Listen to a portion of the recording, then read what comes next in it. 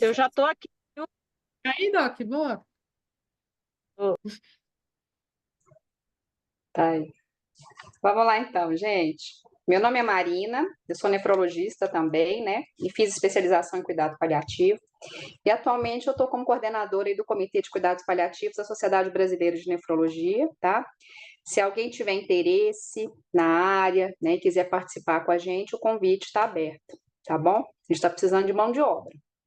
E hoje a ideia é trazer para vocês um resumo das melhores evidências que a gente tem em cuidado de suporte renal, tá? Reforçando que cuidado paliativo não pode ser feito por achismo, não pode ser feito por, eu penso assim, eu acho que é assim, né? E muito menos por bom senso, tá? Cuidado paliativo é ciência. Então, a gente tem muita coisa já, muita produção, muita evidência científica para isso, tá bom?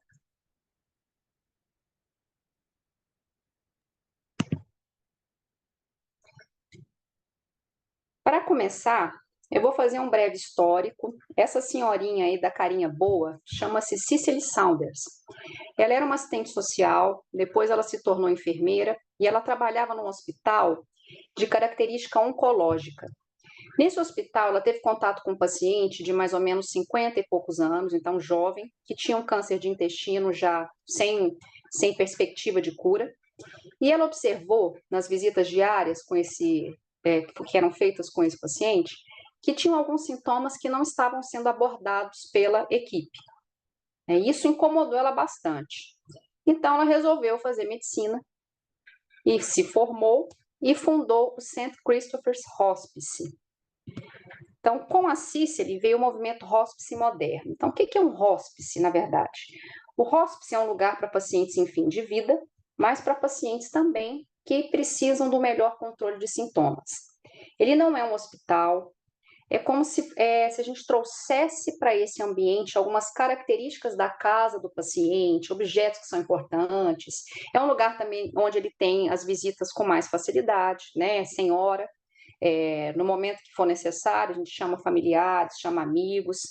É um lugar também onde a gente tem uma equipe interdisciplinar para cuidar desse paciente, tá? Mas também é um lugar onde a gente não faz medidas invasivas desproporcionais. Ela também trouxe o conceito de dor total, foi exatamente o que ela observou naquele paciente. Então, os sintomas físicos estavam bem controlados, mas esse paciente trazia para ela algumas queixas mais sociais, mais psicológicas e até espirituais. Então, ela criou esse conceito que a gente vai abordar um pouquinho mais para frente novamente.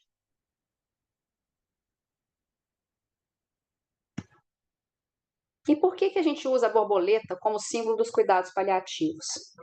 A borboleta vive por pouco tempo, mas nesse pouco tempo ela poliniza as plantas, ela embeleza a natureza, ela deixa as pessoas felizes.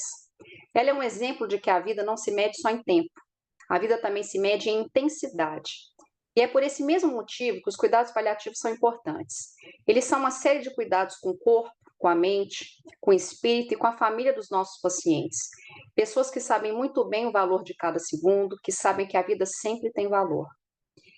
Por isso, gente, é importante que a gente saiba dosar trabalho, que a gente conviva mais com as pessoas que a gente ama, sejam amigos, sejam familiares, né? A vida passa muito rápido, né? O importante é a gente ter equilíbrio.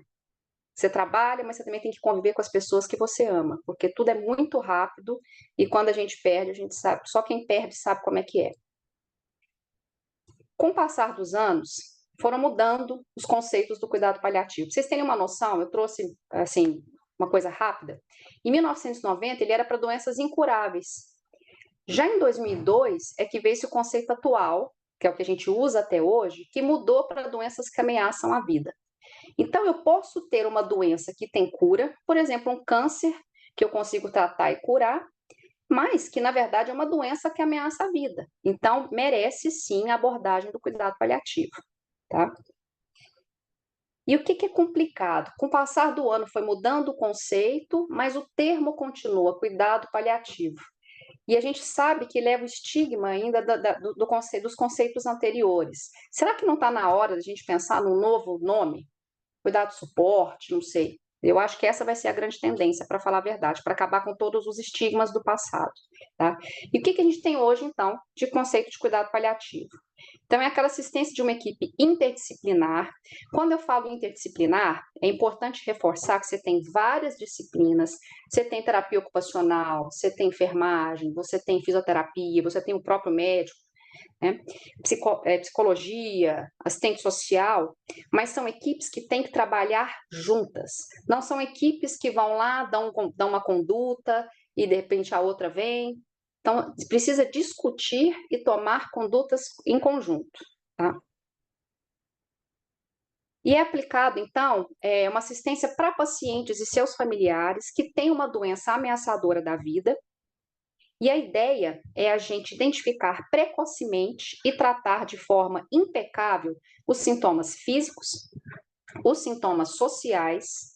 O que eu falo para sintoma social? Vou dar um exemplo para vocês. Às vezes é um paciente que acabou de ter uma promoção no trabalho e, de repente, ele descobre uma doença que ameaça a vida dele, que, de repente, ele vai ter que ficar internado e ele perde toda a oportunidade que ele trabalhou a vida toda, né? Ou, às vezes, até um paciente que é o provedor da família e que o que preocupa ele naquele momento é quem vai cuidar, quem vai pôr dinheiro dentro de casa. Isso é um sintoma social, isso é um sofrimento social. Sintoma psicológico, daí vem depressão, ansiedade, dentre outros, e os sintomas espirituais, reforçando que espiritualidade não necessariamente tem a ver com religião, tá? Espiritualidade, de forma rápida, é falar para vocês que é aquilo que traz sentido para a sua vida. Algumas pessoas pode ser o trabalho, se for uma pessoa que é workaholic, é o trabalho que faz sentido para ele, a gente tem que respeitar. Às vezes é um neto, às vezes é um cachorro, então não necessariamente está ligado a Deus ou alguma crença religiosa. Aqui para vocês entenderem onde é que entra o cuidado paliativo. Então, se eu tenho início ali, tenho um diagnóstico de uma doença ameaçadora da vida, é lógico que a prioridade é o tratamento modificador da doença. Mas conforme você vai identificando sofrimento nesse paciente, físico, social, psicológico ou espiritual, que é a história da dor total, lá da Cicely Saunders, que eu comentei no início, você pode inserir a equipe de cuidado paliativo, tá? A doença vai evoluindo, e aí esse cuidado também, o cuidado paliativo também vai entrando mais no tratamento. O que ele pode oferecer?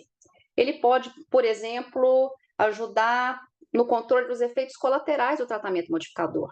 Então, um paciente que está tendo uma dor de difícil controle, ou está tendo êmese pela quimioterapia, que também está difícil de controlar, a equipe de cuidado paliativo é bem treinada para isso. Assim como também ela entra para ajudar nas complicações da doença de base do paciente. A doença vai evoluindo, o paciente vai entrar em terminalidade, cuidado paliativo, então, passa a ser a parte principal. Quando esse paciente entra em processo de morte, a gente retira completamente o tratamento modificador da doença, é óbvio, né? E lembrar que o cuidado paliativo tem que continuar, inclusive, no luto. A gente não esquece dos familiares. O paciente falece, mas existe ainda um sofrimento nos familiares. Isso precisa ser lembrado e assistido.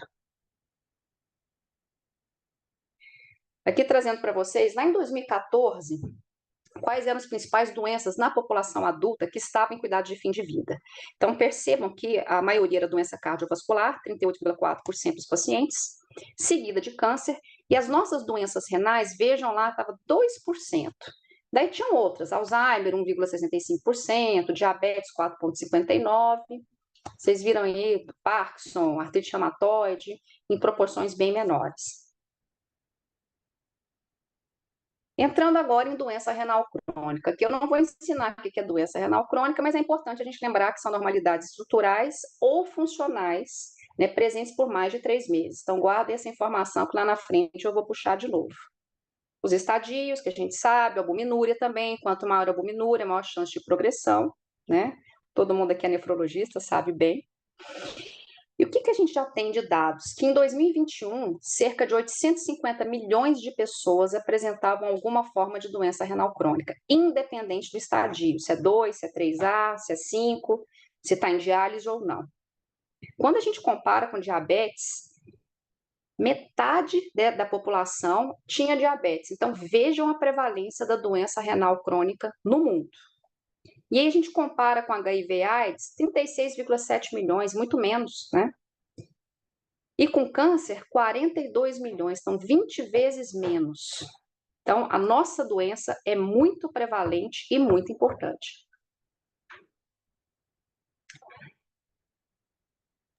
Da população com maior chance, né, de evoluir para doença renal crônica, a gente já sabe que é o diabético, mulheres, pacientes hipertensos, pacientes mais idosos, minorias raciais, e já tem uma estimativa que em 2040 seja a quinta causa de morte no mundo.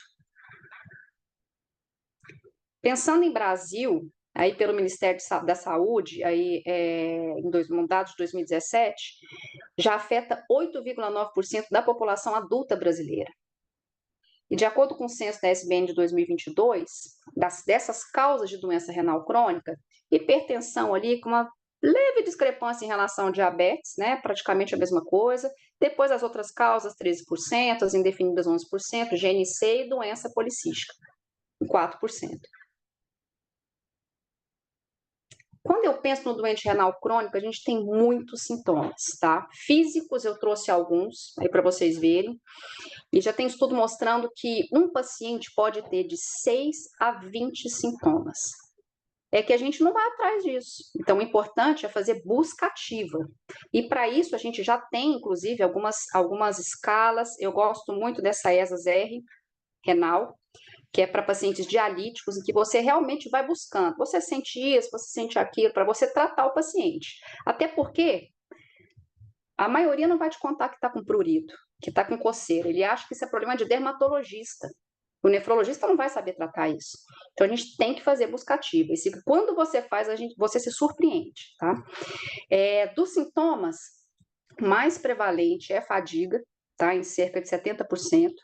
E quando a gente avalia a severidade, né? O quanto isso incomoda, vejam que disfunção sexual é bastante importante. E ninguém pergunta isso, ou quando pergunta, a gente também não sabe manejar muito bem, né?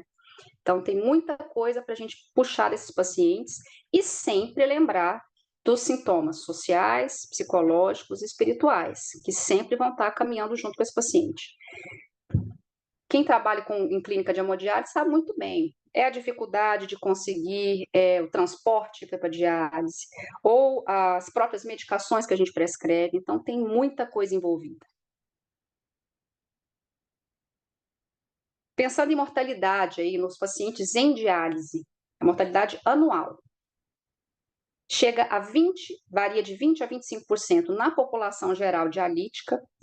Quando eu penso em pacientes com mais de 75 anos ou mais, essa mortalidade aumenta para 38%.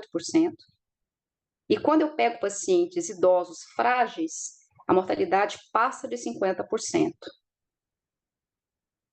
E por N motivos, né? Principalmente as doenças cardiovasculares, seguido aí de sepsis, malignidade, né? Coisas que todos nós já vemos aí no dia a dia.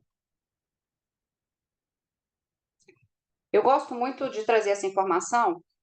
Aqui a gente avalia a sobrevida de adultos idosos que foram manejados com doença renal crônica avançada, que foram manejados ou de forma conservadora ou em diálise. Então, comparou essas duas populações.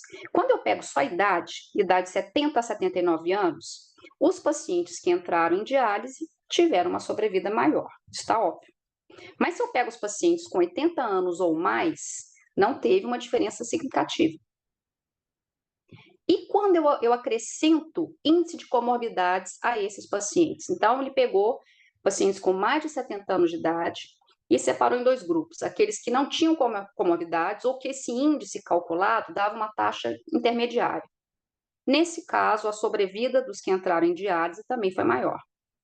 Mas se eu pego os mesmos com mais de 70 anos, com índice alto, também não teve diferença ter mantido em tratamento conservador ou ter colocado em diálise. Melhor ainda que aquele outro estudo, eu gosto muito desse aqui, que ele avalia funcionalidade. E a gente tem que lembrar que funcionalidade está intimamente relacionada à qualidade de vida. Essa coorte, então ela pegou adultos idosos, né, e avaliou eles antes e após começarem diálise. Foi uma coorte retrospectiva com 3.702 idosos. A média de idade deles foi de 73,4 anos, sendo que 95% estavam em terapia em modalidade hemodiálise. Como eu disse, avaliou o status performance pré e pós início de diálise. Vejam aqui, vou puxar aqui que está bem na minha frente. Ele usou esse score, MDS-ADL. Quanto maior a pontuação do score, pior a funcionalidade. Marco zero aqui, né, que foi quando começou a diálise. Quando esse paciente vai evoluindo para a necessidade de diálise, ele vai perdendo funcionalidade. Quando ele começa, ele tem uma queda significativa dessa funcionalidade. E isso depois vai se sustentando, né, de forma mais amena, mais permanente, tá? E percebam que 58% dos pacientes faleceram após 12 meses de diálise. Voltando aí na parte de funcionalidade, quando ele avalia, aqui, quando ele avalia, após 3 meses do início de diálise, somente 39% dos pacientes mantiveram o status performance inicial. E quando a gente pensa em 12 meses, somente 13% dos pacientes também conseguiram manter o status performance lá do início, do pré-diálise. Então, muda muito a vida do paciente, né? A qualidade de vida realmente diminui.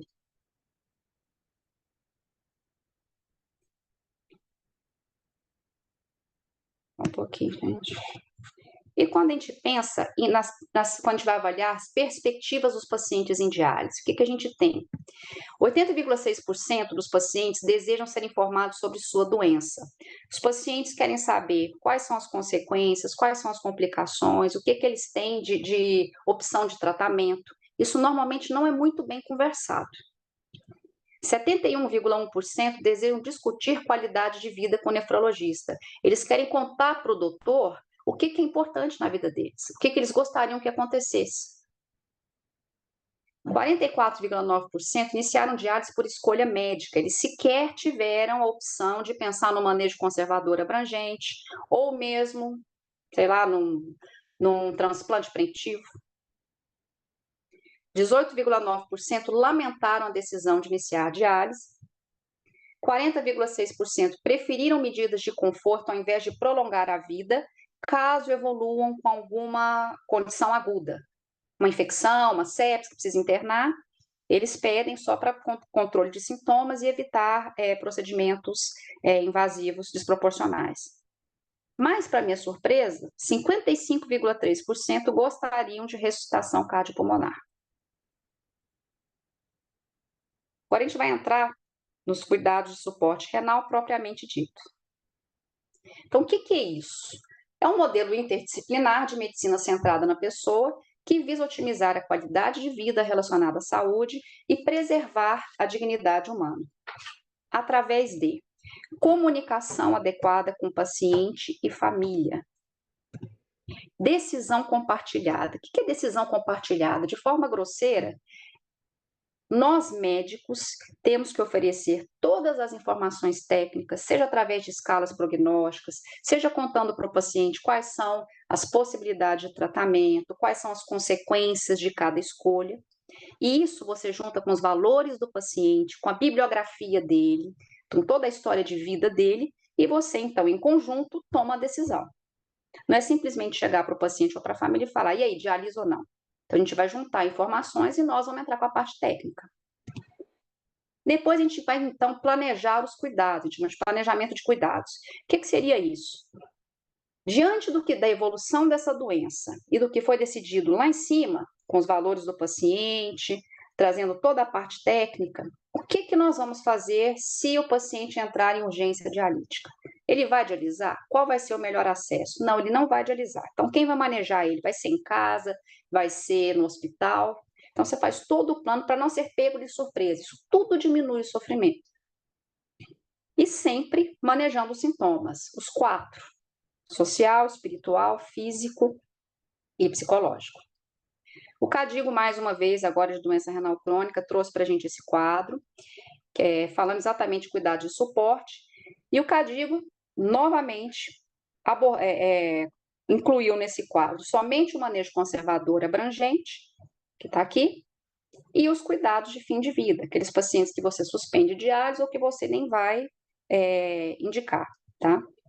Mas eu queria cutucar um pouquinho. Será que a terapia renal substitutiva também não seria um cuidado de suporte? A gente cura alguém com hemodiálise, com a diálise peritoneal, ou independente de qualquer método? Não seria só também controle de sintomas? Eu faço diálise para baixar o potássio, para diminuir fraqueza, para não ter arritmia, ou para manejar volume. Então, algumas coisas para a gente pensar. E quando eu penso em transplante? Lá no início eu comentei que o paciente pode ter a função renal boa, normal, mas ele tem uma alteração estrutural. O transplantado tem alteração estrutural. Ele não deixa de ser um doente renal crônico lá por conceito. É um paciente que vai usar imunossupressores que podem gerar diabetes, que podem gerar alguma lesão, algum câncer de pele, por exemplo, ou é um paciente que pode ter várias complicações infecciosas secundárias, né? Um paciente com vários riscos, principalmente no início, com a imunossupressão mais pesada. E é um paciente que em algum momento também pode perder o enxerto, né? Então, a grande questão, será que tudo que a gente faz em nefrologia, isso para a gente pensar, tudo que a gente faz em nefrologia não seria cuidado, assim, referente a doente renal crônico, não seria cuidado de suporte renal? E se eu estou pensando nisso, qual que é o cuidado de suporte ideal para cada paciente? Para a gente respirar um pouquinho, eu trouxe aqui para vocês o André. O André é um paciente de 42 anos, é um paciente real, tá? De sala de hemodiálise nossa. Ele é casado, ele tem 6 filhos, ele tem 3 netos, e ele trabalha como motorista de aplicativo. Ele é portador de doença renal crônica, né? Tá em hemodiálise já há cerca de 5 anos. Pressão controlada, exames maravilhosos, tudo no alvo, tudo na meta. Quando a gente aborda o André sobre transplante, isso já foi feito algumas vezes, e eu acho que ninguém tem dúvida que é um paciente excelente para transplante, né? Toda vez que eu abordo o André, ele me traz alguma informação que me deixa pensando. Então, da última vez, ele me contou que um dos filhos dele tem uma sequela de meningite e é totalmente dependente da esposa, né, da mãe, né, para os cuidados. Então, o André é o único provedor da casa. O André recebe um auxílio-doença baixíssimo e por isso ele trabalha como motorista de aplicativo. E ele é tão esperto que na hora que ele vai para a diálise no terceiro turno, ele já leva o doutor Luiz, que é um colega de diálise, e depois deixa o doutor Luiz em casa e continua rodando na madrugada. Imaginem como é que é a rotina dele. Tudo isso para pôr dinheiro dentro de casa, porque é só dele que entra, ele que sustenta essa família. Então, quando a gente comenta de transplante, ele traz isso para a gente e fala, doutora, como é que eu paro a minha vida, que sejam 3 meses? Quem vai pôr comida dentro da minha casa? Quem vai cuidar da minha família? Da última vez que eu abordei ele veio com uma outra situação. Ele falou para mim, doutora, a diálise eu conheço, eu domino. Eu sei quando tem que trocar meu capilar, eu sei o melhor lugar de funcionar na minha fístula, eu vigio os meus colegas, quando está passando mal eu chamo a enfermeira, corre, socorre fulano, beltrano, ciclano. O transplante para mim é um mundo desconhecido. Então, nesse momento, para o André, embora seja o melhor tratamento, é o tratamento que não se encaixa para ele. E ele está em hemodiálise e está tudo bem para ele dessa forma. Pode ser que no futuro ele mude de ideia. Mas é importante a gente ouvir o nosso paciente. Então, não necessariamente o que está no livro é o melhor para aquele paciente. Eu gosto muito desse. Um pouquinho, está me atrapalhando aqui. Eu falo que essa imagem que eu coloquei para vocês agora deveria estar na área de trabalho ou até na nossa mesa do consultório, sabe? Quem trouxe para a gente foi o pessoal do comitê anterior de cuidado paliativo, da diretoria anterior, né? Da Sociedade Brasileira de Nefrologia, e esse artigo, acho que a maioria de vocês já pode ter visto, estava na JBN, e eles fizeram uma revisão do que tem, né, sobre manejo conservador, sobre cuidado paliativo em nefrologia. E acho que aqui nessa figura a gente consegue resumir bem e já pontuar as coisas que são importantes de pensar. Então, o que é a ideia? Se você tem um paciente com doença renal crônica de estadio 3 a 5, em diálise ou não, qual que é a primeira coisa que você tem que fazer? Buscar se ele tem critérios de mau prognóstico. De forma resumida, quais seriam esses critérios de mau prognóstico? Uma idade maior ou igual a 75 anos, um índice de Charlson maior que 8, lá na frente eu vou mostrar isso para vocês, um AKPS menor ou igual a 40%. A AKPS é uma escala de funcionalidade, ela é adaptada do Karnofsky da oncologia, porque Karnofsky é de oncologia. E aí os canadenses criaram esse AKPS usando praticamente as mesmas coisas, tá? Para doenças gerais. Albumina menor ou igual a 2,5. Resposta negativa à pergunta surpresa. Se é um paciente muito sintomático, se é um paciente de alto risco. E aqui, por minha conta, eu acrescentei demência. Identificou, né? Triou esse paciente. Não, ele não tem critério de mau prognóstico. Então, vamos para o lado de cá. Então, esse paciente merece o tratamento convencional ou até ações paliativas baseadas nos valores dele. É um paciente que a gente sempre vai buscar controle de sintomas, dos 4 sintomas que eu já falei. Avaliação prognóstica, a gente vai aplicar escalas para ter certeza desses critérios de mau prognóstico ou não. Nós vamos tomar decisão compartilhada, parte técnica com valores do paciente, bibliografia, e vamos criar um plano de cuidados. É um paciente que ele pode ser mandado para uma clínica de hemodiálise, para um centro dialítico. É um paciente que, será que ele tem diurese residual? Vamos pensar numa hemodiálise incremental? E um paciente que eu posso pensar tem diálise paliativa, guarda essa informação. Ah, sim, é um paciente que está dentro dos critérios de mau prognóstico, então vamos para o lado de cá. Mesma coisa, controle impecável de sintomas, avaliação prognóstica que já foi feita, vamos tomar decisão compartilhada e vamos criar um plano de cuidados. Esse paciente, ele recusa diálise? Recusa. Então, nós vamos mantê-lo em manejo, colocá-lo em manejo conservador abrangente. É um paciente que já está em diálise, ele não quer mais fazer, então vamos interromper. E vamos estabelecer os cuidados de fim de vida. Mas não, é um paciente que não recusa diálise, apesar de todos os critérios de mau prognóstico. Eu posso oferecer para ele uma diálise paliativa. O que seria um paciente que se encaixaria aqui? Vamos dar um exemplo. Às vezes eu tenho um vozinho que já tem, vamos pegar um câncer que já não tem mais perspectiva de cura, uma doença que já está avançada e que evoluiu para diálise. Mas é um vozinho que, quando você conversa com ele, ele deixa muito claro que ele quer chegar no final do ano e participar da formatura da neta dele. Esse é um objetivo que ele deixa muito claro. Então, a gente pode sim oferecer a diálise para ele, enquanto fizer sentido. Quando ele atingir lá aquele objetivo de chegar no final do ano, se a gente conseguir fazer isso, a gente pode até rever o plano de cuidados. Vai continuar? Está indo bem? Está se adaptando bem? Ainda tem sentido? Mas para ele, naquele momento, isso era importante.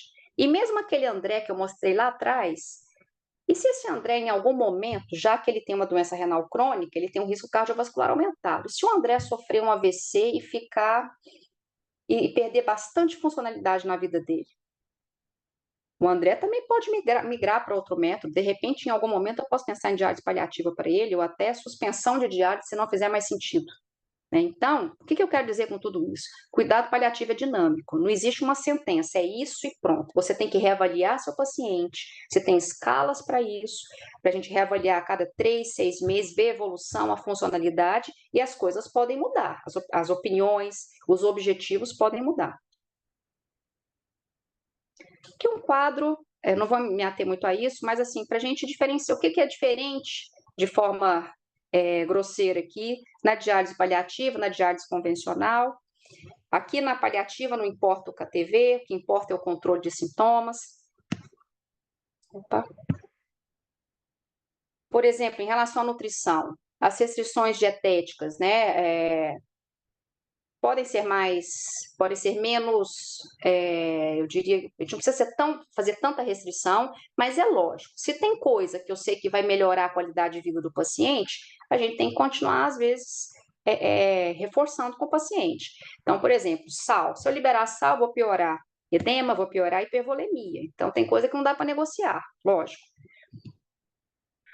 Exames laboratoriais, a gente vai fazer só o que for realmente necessário, né? Então, eu preciso controlar a anemia, porque a gente sabe que a anemia dá fadiga, a anemia dá sintomas. Então, de repente, tem que fazer um hemograma de vez em quando, dar uma olhada no ferro, né? Aquela rotina nossa. O acesso. Aqui eu já posso tolerar um catéter venoso central, não preciso necessariamente pensar em fístula, tá? Então, é sempre individualizar de acordo aí, né, com cada paciente. Agora a gente vai entrar no manejo conservador abrangente. Esse é aquele manejo em que diálise não é uma opção. A gente não dialisa no manejo conservador abrangente, tá? E o que é isso? É o cuidado integral centrado no paciente com doença renal crônica, estadio final. Quais são os objetivos desse manejo conservador abrangente? Intervenções para retardar a progressão da doença renal. Então, o que a gente já tem muita coisa aí hoje, né? ISGLT2, IECA, BRAE, cada vez vai aparecendo mais coisas. Cessa tabagismo, atividade física, algumas coisas em relação à dieta e por aí vai. Então, a gente precisa sempre reforçar, né, tudo que nós temos aí para poder retardar a progressão dessa doença. Nós vamos tomar decisão compartilhada, nós vamos sempre fazer a gestão ativa dos sintomas, então perguntar ativamente prurido, cãibra, edema, todos os sintomas do paciente, e sempre lembrar que a pessoa é um ser biopsicossocial e espiritual. Então, toda aquela outra gama fora da parte física. Isso sempre tem que ser lembrado. E juntando tudo isso, nós vamos fazer o planejamento antecipado do cuidado. Então, quando acontecer de entrar em urgência dialítica e nós já sabemos que não vai dialisar, como vai ser manejado? Quais são os indicadores gerais de declínio para a gente pensar em manejo conservador abrangente? O primeiro deles é a pergunta surpresa. Você se surpreenderia se esse paciente falecesse nos próximos 12 meses? Se você tiver uma resposta negativa, já é um indicador geral de declínio.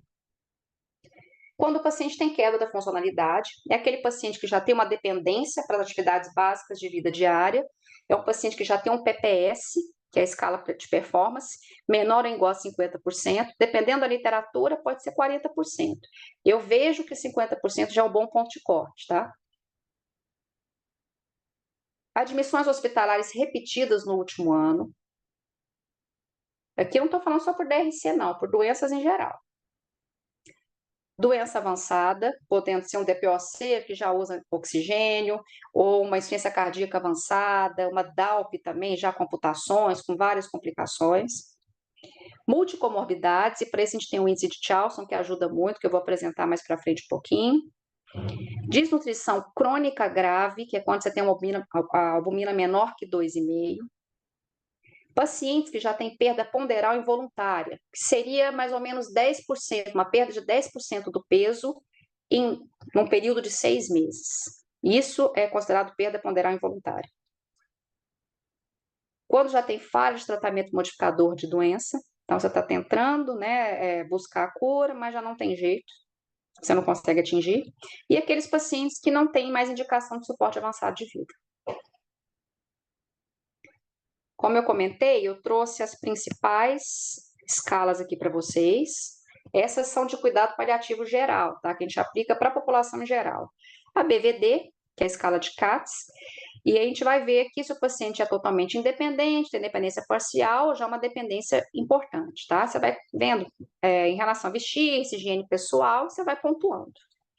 A outra de comorbidades, as multicomorbidades que eu citei, é o índice de Charlson. Aqui você vai pontuando, também de acordo com as doenças, tá? Quando você tem um índice maior que 5, esse paciente tem uma chance de óbito de 86% em um ano. É muita coisa. E aqui, para ilustrar para vocês, o PPS, que é de funcionalidade, ela corresponde muito ao AKPS, que eu falei, que é a escala canadense, que ajustada lá do Karnofsky da oncologia, tá? Só para vocês terem uma noção, o que é um paciente com 50%, que eu havia comentado? É aquele paciente que fica a maior parte do tempo sentado ou acamado, é um paciente que já está incapacitado para qualquer trabalho, que já tem uma doença extensa, é um paciente que já precisa de uma assistência considerável para o autocuidado. banho, trocar de roupa, escovar os dentes, por exemplo. É um paciente que já tem uma ingesta que pode ser reduzida ou até normal. E é um paciente que já pode ter o nível de consciência completo ou com períodos de confusão. Se a gente parar para pensar, dá uma avaliada ali na enfermaria, fecha o olho e pensa, na enfermaria ou até na sala de hemodiálise, quantos pacientes a gente já tem em diálise que se encaixam nisso aqui, né? É muita coisa, com certeza. Ainda sobre o manejo conservador abrangente, agora eu vou mostrar para vocês quais são os indicadores específicos para a doença renal crônica estadio 4 a 5, e a gente tem que ter pelo menos 2 para poder, então, indicar esse manejo para o paciente. Uma delas, assim como lá nos indicadores gerais, é a pergunta surpresa, né? Resposta negativa à pergunta surpresa. Você se surpreenderia se esse paciente falecesse nos próximos 12 meses? Quando o paciente já tem 3 ou mais internações hospitalares no último ano por complicações da doença de base, nesse caso da DRC, seja infecções, edema agudo, enfim. Aquele paciente que tem baixa tolerância ou aderência à diálise, mesmo após mudança de método. Então, um paciente, às vezes, com uma IC avançada, que de repente a gente migra para peritoneal e mesmo assim você não atinge o controle de sintomas. Pacientes com sinais renais específicos que não melhoram ou até pioram com a diálise, aqui até prurido, por exemplo, seria um sintoma. E pacientes que optam por não iniciar terapia renal substitutiva, aqueles que são retirados da mesma, ou aqueles que escolhem não retornar à diálise após perda do enxerto renal, que também é uma possibilidade. Aqui são 2 escalas prognósticas específicas para a doença renal crônica. Eu gosto muito dessa COI, que é para qualquer idade. Ela leva em consideração a albumina sérica, idade, a surprise question, idade, se o paciente tem demência, se tem doença vascular periférica. Então, ele soma e aí ele vai calcular para a gente qual que é a sobrevida após 6 meses de início da diálise, 12 meses e 18 meses.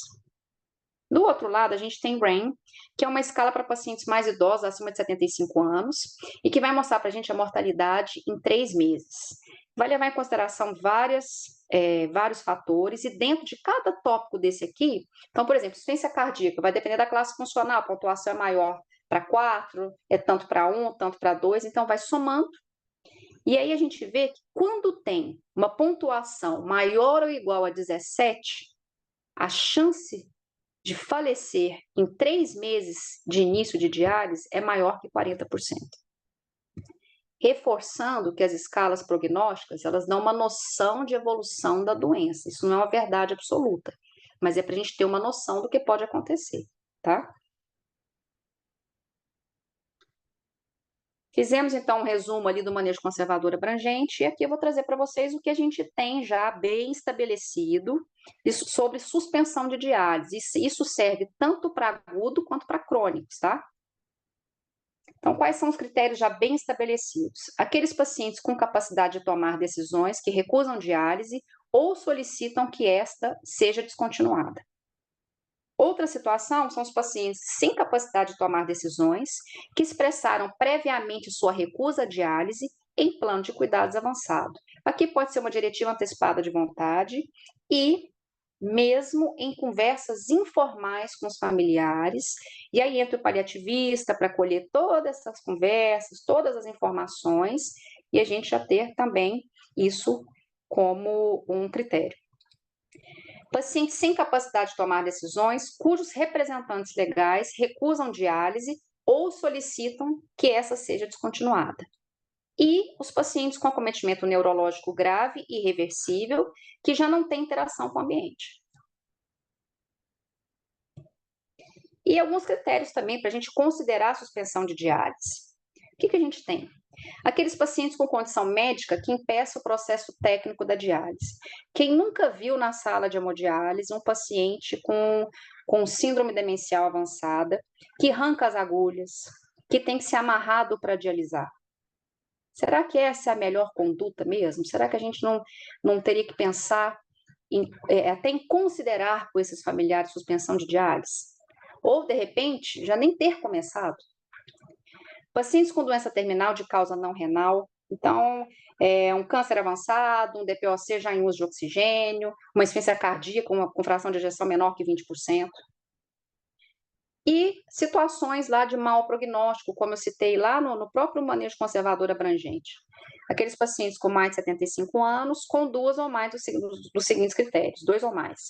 Resposta negativa à pergunta surpresa, índice elevado de comorbidades, que a gente pode usar o Charlson, como eu citei, maior que 8, uma funcionalidade significativamente prejudicada, seja pelo HPS ou pelo PPS, menor ou igual a 50, e uma desnutrição grave crônica.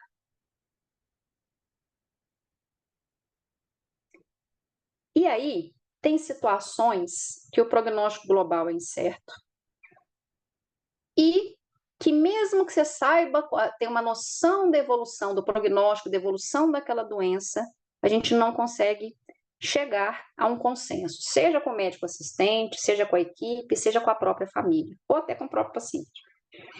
Então, a gente pode lançar a mão do trial de terapia renal substitutiva, igual a gente faz na UTI. Né? O paciente entrou na UTI, você começa as medidas, reavalia em 3 dias. Isso a gente pode fazer também com a terapia renal substitutiva. A grande questão é que a gente não pode se perder. Você sempre tem que estar reavaliando esse paciente. Qual que é o objetivo? Trocou antibiótico agora, parou de fazer febre, respondeu bem. Vamos dar sequência. Já está na 4ª linha de antibiótico, o paciente já teve uma parada, o paciente já complicou por outro motivo e a coisa está só piorando. Faz sentido manter essa diálise? Até quando? Então, a ideia é sempre reavaliar, sempre conversar com todos os colegas assistentes, com os familiares, mas não é só começar e deixar a coisa aí até não aguentar mais.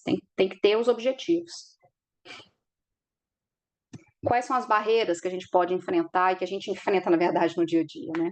A falta de consenso entre as equipes, eu acho que é uma das principais. Outra que me incomoda muito, que eu tenho certeza que incomoda todos os colegas nefrologistas, que é quando o plantonista avisa aos familiares que a diálise será necessária. Então, o que eu costumo falar quando eu dou aula para colegas que não são nefrologistas? Se você vê que a função renal está piorando, diminuiu o diurese, que vai precisar de avaliação do nefrologista, fale para a família que você vai pedir o parecer para a nefro. Não fala que o paciente tem que dialisar, não fala que se o paciente não dialisar, ele vai morrer. Senão, quando você solta uma informação dessa, a gente não consegue agir, a gente não consegue propor um manejo conservador quando você vê que é um paciente com critério de mau prognóstico. Né? Então, eu sempre reforço, nefrologista não é dialisador, nefrologista é um ser pensante que pode ou não indicar diálise. Um doente crítico com prognóstico incerto, isso é difícil, realmente.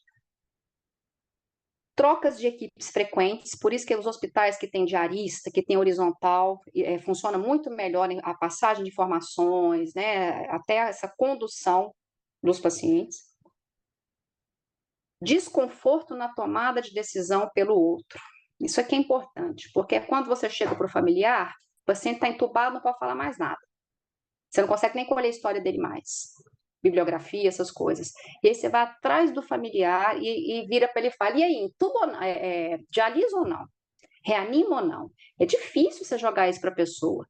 Eu costumo falar que é importante, nós mesmo, com as nossas famílias, naqueles almoços de família, de repente a gente começar a conversar sobre isso. O que você gostaria que acontecesse numa situação que, se você tiver grave na UTI, até onde você quer que vai, o que é importante, porque nessa hora, quando você solta as informações e você cai numa situação dessa que você não consegue definir sobre a sua própria vida, a gente consegue captar com dos seus familiares, tudo que você já falou, tudo que fazia sentido, e em conjunto a gente tomar as decisões.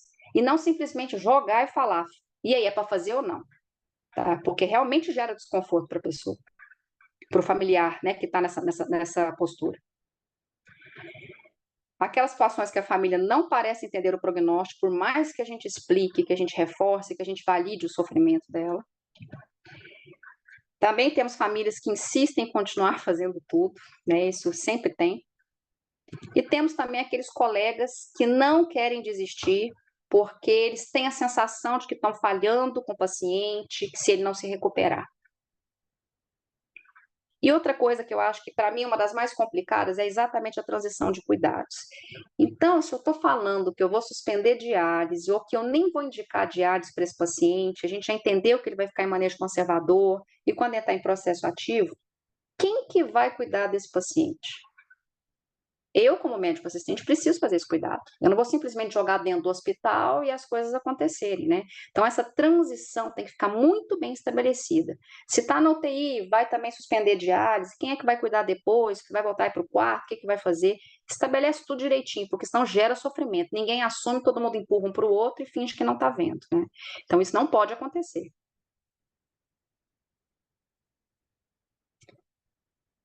De uma forma breve, sobre a legislação brasileira, o que, que a gente tem aí, né, para nos respaldar.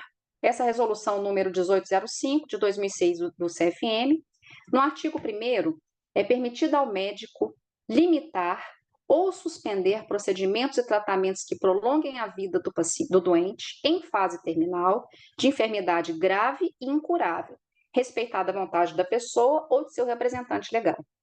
O artigo 2 reforça que esse doente continuará a receber todos os cuidados necessários para aliviar os sintomas que levam ao sofrimento, assegurada assistência integral, o conforto físico, psíquico, social e espiritual, inclusive assegurando-lhe o direito de alta hospitalar.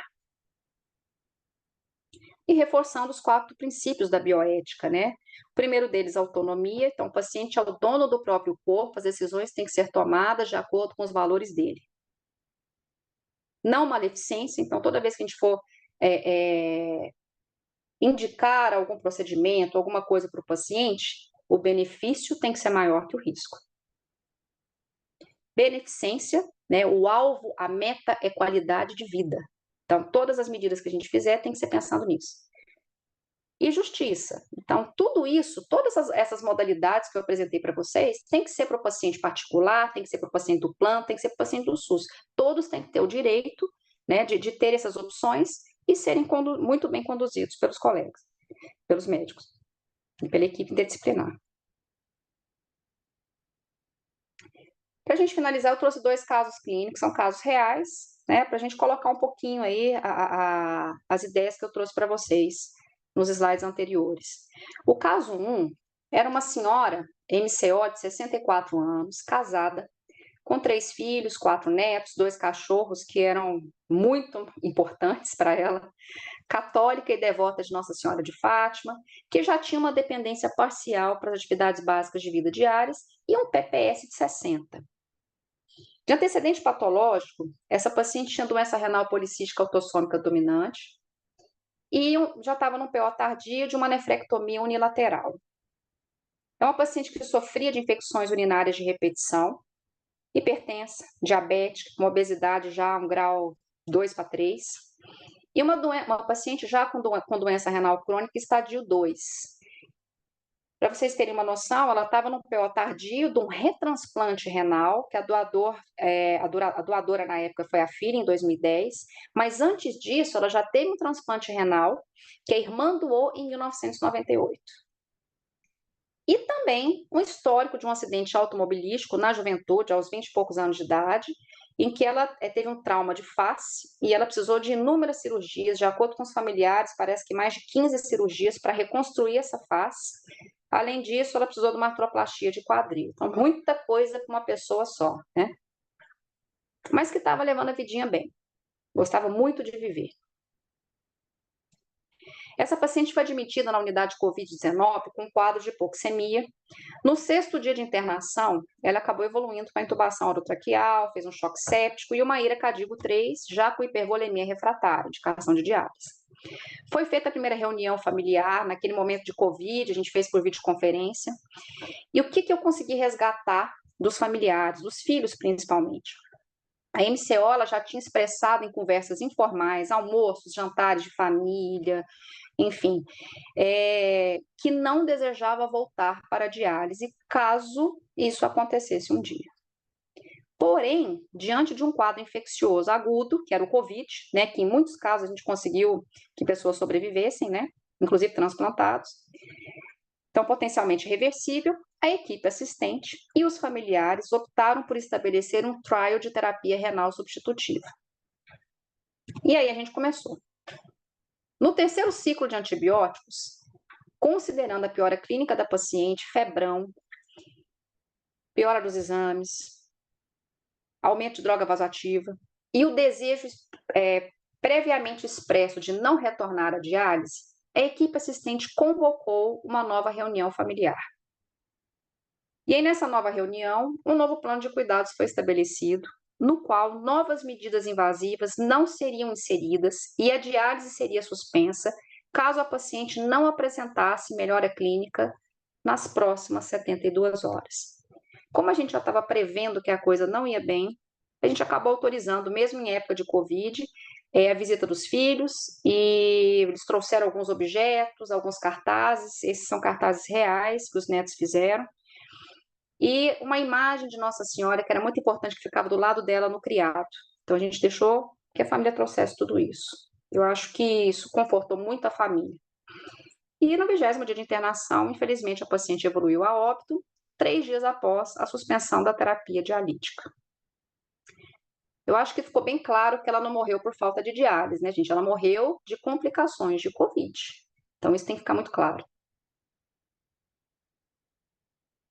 O caso 2 é um caso de sala de diálise, é o JGON, um senhor de 77 anos, divorciado, ele tem uma única filha, que na verdade é adotiva, uma neta, que se eu não me engano é autista, porque essa filha passa muito essa angústia para a gente ter que cuidar do pai, ter que cuidar da filha, e não sabe de quem que cuida. É um paciente já com dependência parcial para as atividades básicas de vida diária e já com PPS de 50, está naqueles critérios lá de mau prognóstico. De antecedente patológico, ele tem, hipertensão, um AVE isquêmico prévio, glaucoma, ele está em hemodiálise desde 17 de setembro de 2011, então isso dá quase 13 anos para ele, né? E ele tem 2 fístulas, uma fístula no membro superior direito, que já tem mais de 10 anos, e uma fístula mais recente, que no esquerdo, de mais de 3 anos, 3 anos e pouco. Esse paciente tem uma estenose venosa central à esquerda, já foi tentada angioplastar, foi uma confusão, uma internação na UTI, que ele quase morreu, não deu certo. Um paciente que já está em falência de acesso vascular, para falar a verdade. Femorais já não tem, enfim. Jugulares. Esse paciente começou a apresentar uma lesão ulcerativa no membro superior esquerdo, com uma dor incapacitante, já está com vários analgésicos, e ele foi submetido já a vários cursos de antibiótico, ajuste dessa analgesia nos últimos 6 meses. A ideia é desligar essa fístula, né, desse braço esquerdo, que é onde tem a lesão, só que o coitado evoluiu com perda da fístula do outro braço lá, aquela do braço direito. Ele só tem esse acesso. O que a gente fez então? Manda para peritoneal? Peraí, vamos saber essa história melhor, né? Quando a gente reuniu com ele, que ele é totalmente consciente, com a filha, que são as duas, é a única pessoa que ele tem, e a própria equipe assistente, eu também faço parte, conversando com ele, ele deixou muito claro que tudo que ele queria fazer nessa vida ele já fez. A filha que ele escolheu ter, a pessoa com que ele casou, os lugares que ele conheceu, tudo que ele podia, que ele desejava, realmente ele já realizou, né? E nós entendemos também, com toda essa evolução, com o tempo de diálise, com todas as complicações, que ele está em fim de vida. E aí, o nosso plano de cuidados foi exatamente focar em medidas de conforto. A gente colocou ele em diálise paliativa, hoje ele está fazendo nas terças e sábados, está indo bem, melhor controle da dor, inclusive. Infelizmente, está usando o mesmo braço enquanto for possível. O dia que não for possível mais, está muito claro que a gente vai suspender e que a gente vai conduzir, então, esse processo ativo. Foi definido com a família, né, com ele e com a filha, que seria em ambiente hospitalar, porque eles não têm condição nenhuma para tudo isso em casa. E é isso, gente. Obrigada. Vou colocar aqui. Obrigada, doutora. Deixa eu ver. Alguém tem alguma dúvida, gente? Eu vou aproveitar e fazer uma pergunta, doutora. Mas Deixa eu só te achar aqui, rapidinho. Peraí, pode falar. curioso, assim, às vezes eu fico na cabeça, nesses pacientes que a gente tenta fazer conservador mais estendido, né? Que talvez quando comecem a aparecer os sintomas, eles tenderiam a mudar de ideia, mas talvez isso por um cuidado paliativo não muito bem feito, né? Na experiência da senhora, os pacientes costumam ter essa mudança de ideia, tipo, não queria dialisar e muda de ideia, ou não é algo comum de acontecer? Tá. Você fez uma pergunta muito importante, né? Você sempre tem que acessar isso no paciente. Sempre conversar com ele e tentar entender o porquê que ele recusa a diálise. Por exemplo, se você identifica um processo depressivo, trata a depressão primeiro, né? Então, você tem que identificar o que é o motivo que faz ele definir por isso, né? Mas, da minha experiência, os casos que eu tenho, os que não quiseram diálise realmente não entraram em diálise, mesmo quando em urgência, tá?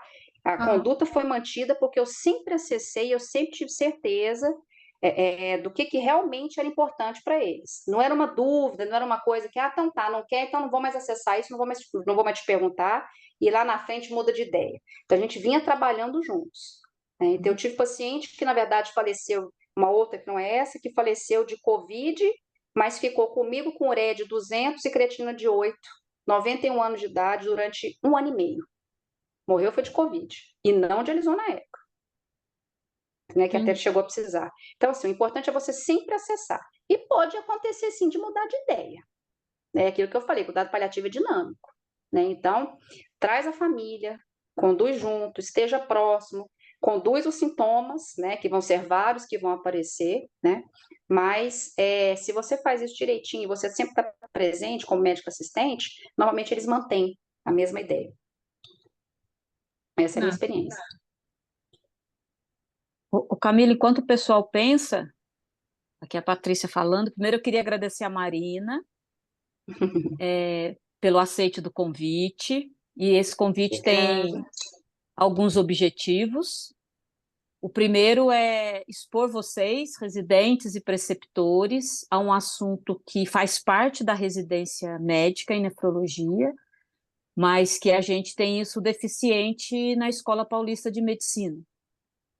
Mas em menos de uma hora ela conseguiu abordar os itens mais importantes e que mesmo que a gente não tenha um serviço ou uma subespecialidade dessa na escola em relação à nefrologia, isso não impede que a gente faça tratamento de suporte todos os dias, lá dentro da diálise, no conservador, nos ambulatórios, no transplante e dentro de hospital, que é um pouco mais fácil porque a gente tem o multidisciplinar. Então, aproveitem esse contato para vocês começarem a expandirem mais essa ação. A gente faz todo dia suporte, a gente nem sabe o que está fazendo, mas suporte é ciência, tratamento de suporte é ciência, é baseado em evidência.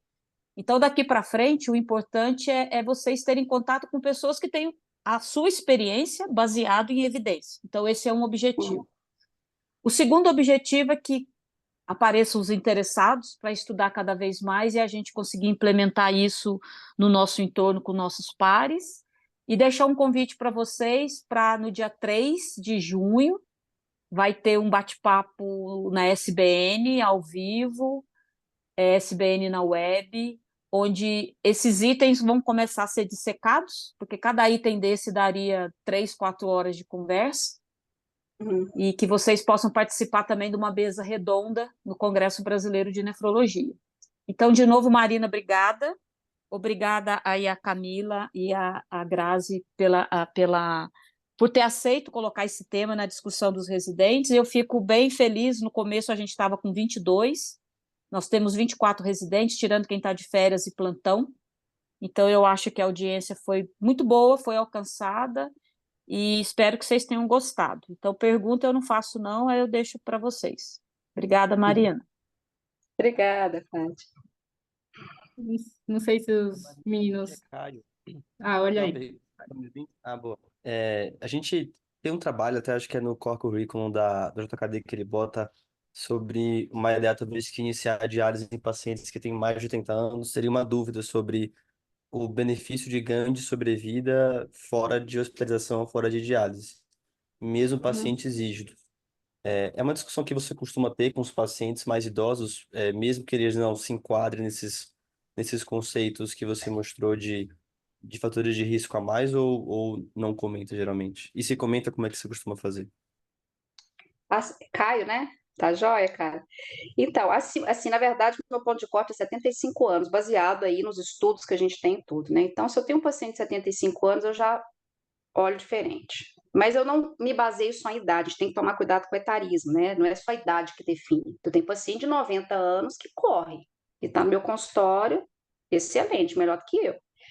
Então, assim, o que que eu levo muito em consideração, que foi o que eu citei? Funcionalidade, para mim, é o principal, né? Então, aplica a escala, seja o PPS, seja o AKPS, tanto faz, né? E descobre essa funcionalidade. Se está acima de 50%, eu acho que vale a pena sim, se faz sentido para o paciente também, que a opinião dele é importante, né? Indicar a diálise. As comorbidades também, como eu havia comentado, vocês viram tanto que aumenta a mortalidade em um ano quando você tem um índice de Charlson muito alto. Então, você vai pegando os outros fatores que esse paciente apresenta, não é só a idade, mas você pega os outros e você expõe isso, né? Então, ó, isso pode acontecer, a chance de complicar, a chance de óbito, né? Mas o mais importante é resgatar o que ele pensa e o que ele gostaria que acontecesse. Né? Então, doutora, eu não estou pronto para morrer, não. Eu quero ir para diálise, não tem problema, e a gente vai sempre reavaliando. Você vai vendo a evolução, a adaptação dele. Também começar não significa que você não pode parar. Né? Não sei se eu te respondi, Caio. Acho que sim, obrigado. Deixa eu só acrescentar que uma pessoa de 20 anos a gente pode fazer tratamento de suporte, né? Então a idade é só um norte. E no Brasil, Uhum, talvez, a gente usa 75. Talvez no Brasil, eu lá no conservador, 70 anos, realmente eu paro para pensar, uhum, eu uso meu tempo para pensar, porque uma coisa a gente está falando, eu estou falando de conservador estendido ou diálise ou não dialisado, no SUS ou no convênio no particular. Então, na vida real, a gente também tem que pensar nisso. É muito mais fácil dialisar do que não indicar uhum, diálise ou tirar da diálise, porque o tratamento de suporte, seja ele em qualquer nível, ele é multidisciplinar até depois, até no luto, né? Então, você uhum. também não dialisar e não oferecer nada para amenizar sintomas, auxílio espiritual, auxílio até financeiro mesmo, não em questão de dar dinheiro, mas de ajudar o planejamento financeiro da família. Então, às vezes, tem paciente, vocês veem no conservador, que a gente nem ousa tocar em tratamento de suporte, porque a única coisa que eu posso oferecer lá é não dialisar, ajudar não, tratar algum sintoma, mas o que que eu faço? Eu não tenho hospice, eu não posso levar para casa, eu não tenho hoje no Brasil nenhum lugar, nem particular, são poucos os hospices. Então, se alguém Sim, quiser enveredar por algo novo no Brasil, é criar um serviço com uma linha de cuidado e dentro dessa linha de cuidado colocar que além de TRS, dialisar, não dialisar, conservador, a gente colocar também o tratamento de suporte, porque até a nível privado a gente não consegue isso. Então é um caminho novo a ser trilhado, mas sempre pensar, bom, eu não dialiso, mas o que eu vou oferecer em troca que também melhore a qualidade de vida desse doente, né? sim, Prolongar com qualidade é bom, não prolongar sem qualidade também é bom, mas o grande problema é o que a gente faz no meio termo, né? Se eu não posso oferecer mais nada de suporte, às vezes a gente oferece a diálise, porque às vezes é a única coisa que a gente tem para oferecer. Então, nós médicos precisamos começar a pensar nisso. Cada vez mais eles vão envelhecendo, os pacientes, cada vez mais com comorbidades. Então, todo dia a gente vai estar fazendo suporte. Então, eu acho que talvez é o mais interessante hoje, a gente começar a pensar nisso, né? E as respostas cada um vai adquirindo a depender do serviço em que está. Uns com uhum, mais oferecimento, mais abrangente, outros menos abrangente, mas não esqueça de dar o primeiro passo. E o primeiro sim, passo é, no mínimo, sintomas. Como o senhor está hoje? E o paciente poder sair do sim. seu consultório, onde for, um pouquinho melhor do que entrou. Eu acho que Uhum. é uma vitória para a gente que preocupa com tratamento de suporte. É, semana passada eu tive um caso que mexeu muito comigo, que era um paciente que já acompanha comigo há mais ou menos 2 anos, 79 anos, funcionalmente bem, e que era um paciente já com estadio 5, mas que estava estável e que já estava muito certo, né? Já conversei, abordei, trouxe a família, todo mundo, que apesar de funcionalmente estava muito bem, definiu que não queria dialisar. Ele deu azar de cair e bater a cabeça. Tem plano de saúde, ele não é do SUS, não. E aí correu para um hospital, que é onde tinha neurocirurgião, porque não é todo hospital que tem, pererê, pererê. Nessa confusão, não falaram comigo, correram com ele para o hospital, né, para drenar a cabeça, que realmente, né, precisava. E aí, nesse hospital, na hora que ele entrou na UTI, que vira função renal, já chamaram o nefrologista do hospital, já enfiaram catéter, já entubaram, já fizeram tudo. Se vocês vissem o sofrimento dessa família enquanto não tirou tudo desse paciente, todas essas invasões que já estavam muito estabelecidas, né? Foi aí que tiveram tempo de entrar em contato comigo, eu tive que entrar em contato no hospital, porque lá no hospital achavam que a filha estava louca querendo matar o pai. Na verdade, era só pegar o telefone e ligar para a médica assistente, que era eu, que eu contaria tudo que estava em prontuário, tudo que estava bonitinho, estabelecido, e nada disso teria acontecido. Mas ter feito as medidas e passado por cima dos valores do que esse pai já tinha pedido, foi um sofrimento e tem sido um sofrimento intenso para essa família. Até que conseguiram tirar, ele acabou falecendo, mas elas estão com isso na cabeça. Poxa, meu pai tinha pedido para não fazer nada disso. E foi feito que caiu em qualquer outro hospital. Então, é difícil isso, né? É igual a Paty falou. A realidade, né, na hora que vai acontecer. Infelizmente, não era no hospital que eu estava, não falaram comigo na hora certa, deixaram para falar depois, e tudo já havia acontecido e passado por cima do que ele queria. Deixa eu ver. Não sei se o pessoal tem mais dúvidas. Eu tenho. Bárbara?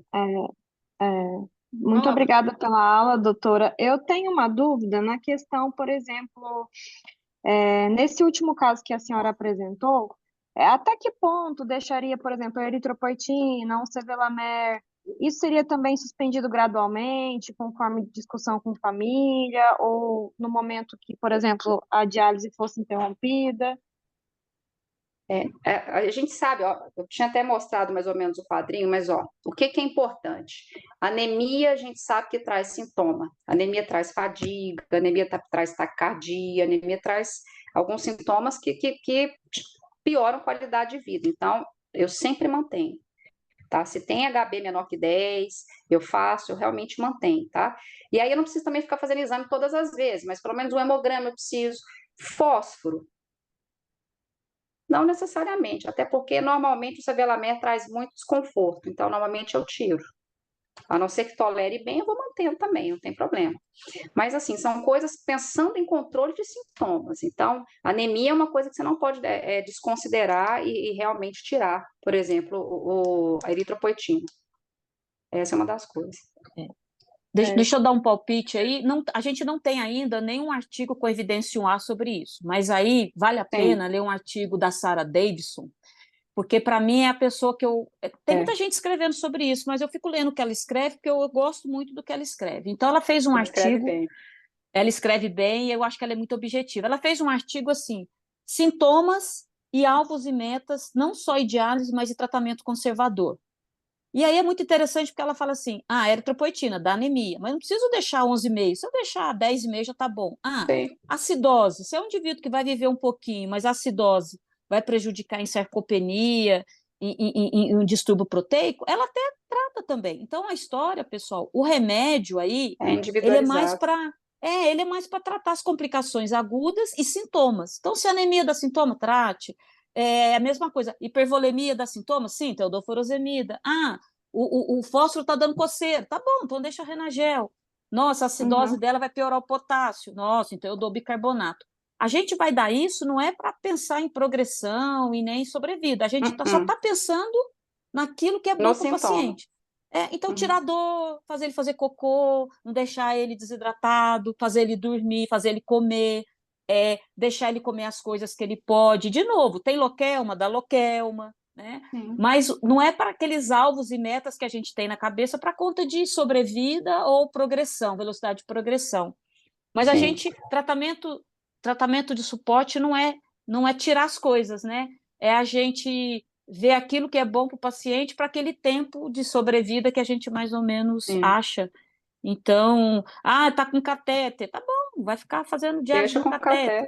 Quer fazer uma vez por semana. A gente já teve caso de peritoneal, volemia. Vai fazer uma vez por semana. Ótimo, uma vez por semana, tá bom. Não tem problema nenhum. Uhum. Então, não vai ter uma regra, né? Mas a gente não tira nada. A gente. A torvastatina hoje, que eu era sempre. Ninguém me convencia a deixar o LDL baixo. Hoje, os meus residentes já sabem que se o paciente vai sobreviver 1 ano, 2 anos, e se a atorvastatina vai diminuir o risco dele ter um AVCI e aí não poder ver o neto se formar, como eu não sei se aquilo ali vai fazer o impacto ou não, vou te falar uma coisa, eu até deixo Mantém. pensando em mitigar qualquer evento Sim. grave que possa piorar a qualidade de vida daquele indivíduo que já está com uma sobrevida curta, né? Se a Então, droga não tem é bom efeito senso. colateral para aquele paciente, né, Paty? Mantém. É isso daí. Tendo um Então, efeito assim, colateral não é ruim? o fósforo é Concordo. 4? Não, gente. Fósforo é aquele que pode deixar para não coçar. Mas se coçou com 4,5, dou Renagel. Não coçou com 5,2, deixo sem Renagel.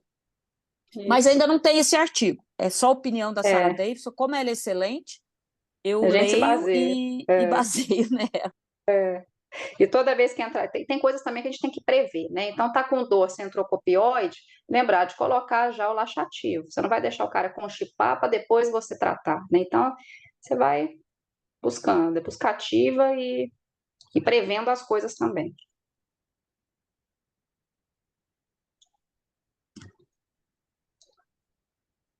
Perfeito. Alguém mais, gente?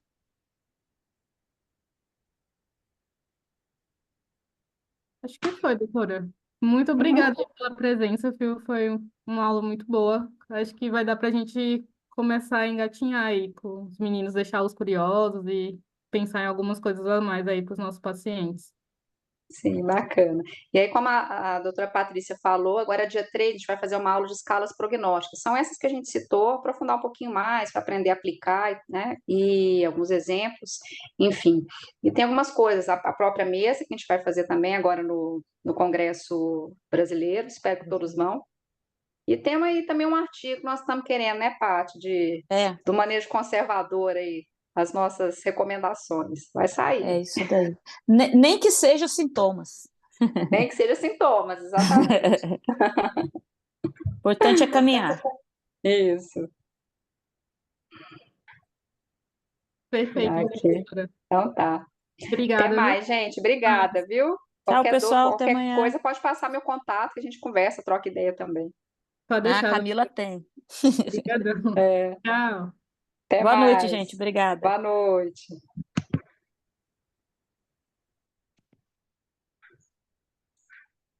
Tá, deixa eu achar aqui.